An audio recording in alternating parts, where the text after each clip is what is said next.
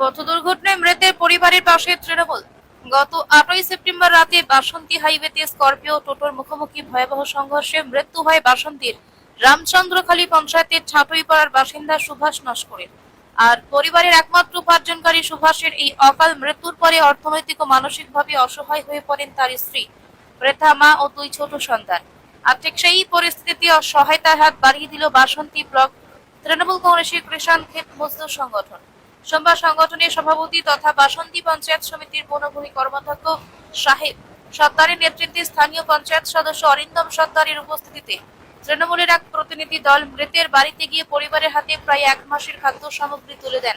সেই সঙ্গে আসন্ন শারদীয়া উপলক্ষে তাদের হাতে নতুন বস্ত্র তুলে দেওয়ার পাশাপাশি বিভিন্ন প্রয়োজনীয় সামগ্রী এদিন তুলে দেওয়া হয়। সেই সঙ্গে তৃণমূলের ওই সংগঠনের পক্ষ থেকে নিহত সুভাষ বাবুর পরিবারকে আর্থিক সহায়তা ও সরকারি অনুদানের ব্যবস্থা করার আশ্বাস দেন তারা।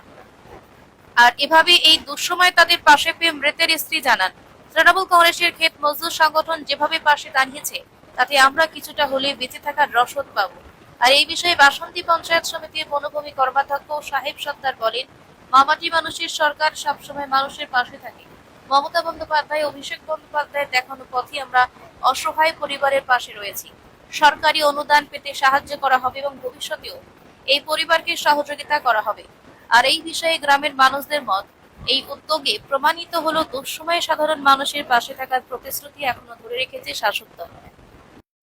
8ই সেপ্টেম্বর 2025 সোনাখালী ভারত সেবা সংঘের পাশে টোটো ও স্করপিওর সংঘর্ষে স্পট ডেড হয়ে যায় সুভাষ নস্কর। তার পরিবারের পাশে দাঁড়িয়েছি এবং আগামী দিনে এই পরিবারের পাশে থাকার চেষ্টা করব।